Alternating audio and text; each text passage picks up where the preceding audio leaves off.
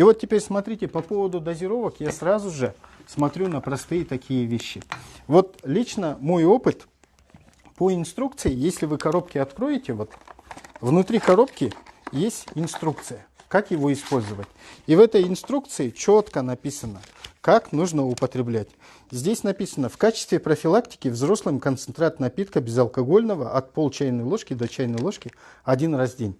То есть 1 раз в день это что? Профилактическая дозировка. Для здорового человека. Сауадамга.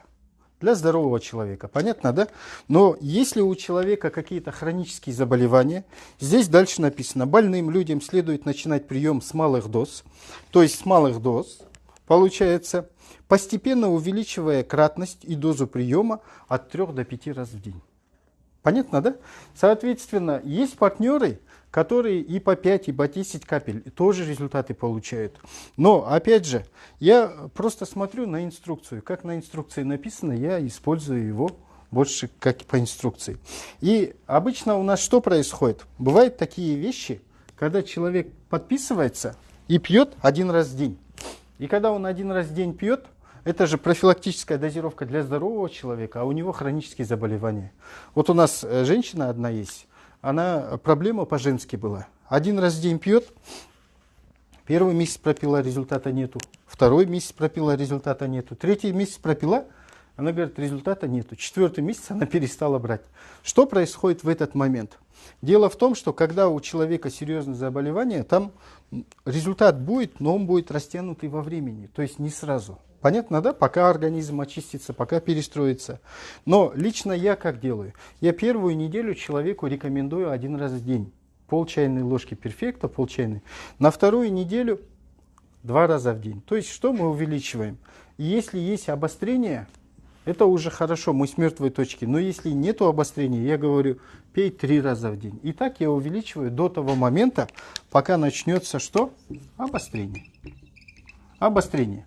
Когда у человека нет результатов, потому что он мало пьет, человек может сказать, вот я пил, эффекта не было, допустим, так же. Но логически-то надо подумать, что это что? Профилактическая дозировка. Если идет обострение, человек опять пугается и говорит, мне хуже стало. Наоборот, если есть обострение, вот запишите себе в голове, если есть обострение, значит продукт работает.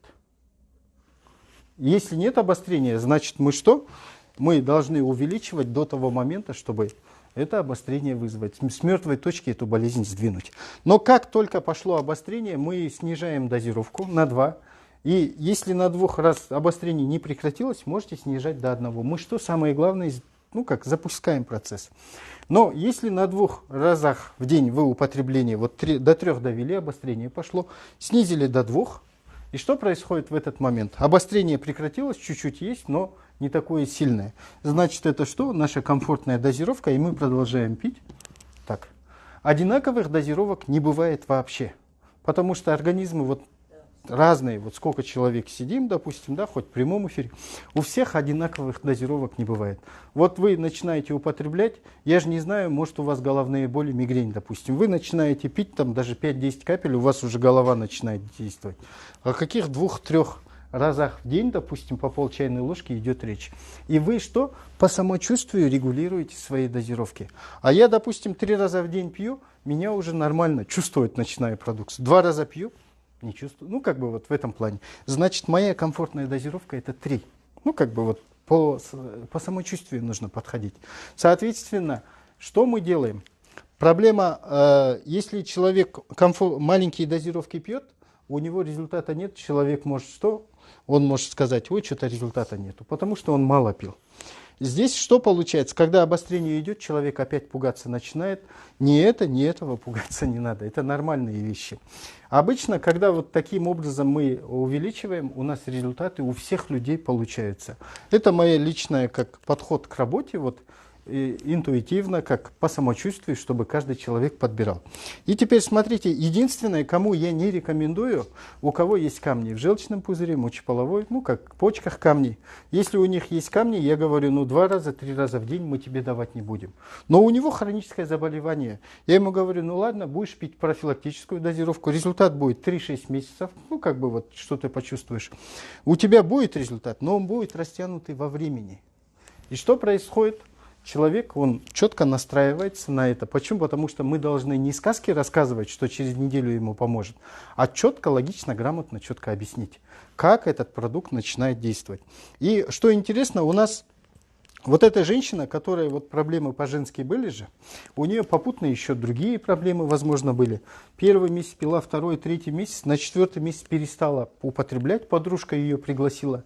Результат такой, и после того, как прекратила пить, дома сидит, летней кухни, лето, да, и дочка приезжает и говорит: мама, а где твои пятна? Говорит. И у нее вся рука в коричневых пятнах была.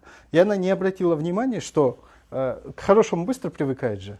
Не обратила внимания, что у нее улучшения происходили. Представляете себе? И что произошло? Она когда увидела и шея, и декольте чистое, нету вот этих желто-коричневых.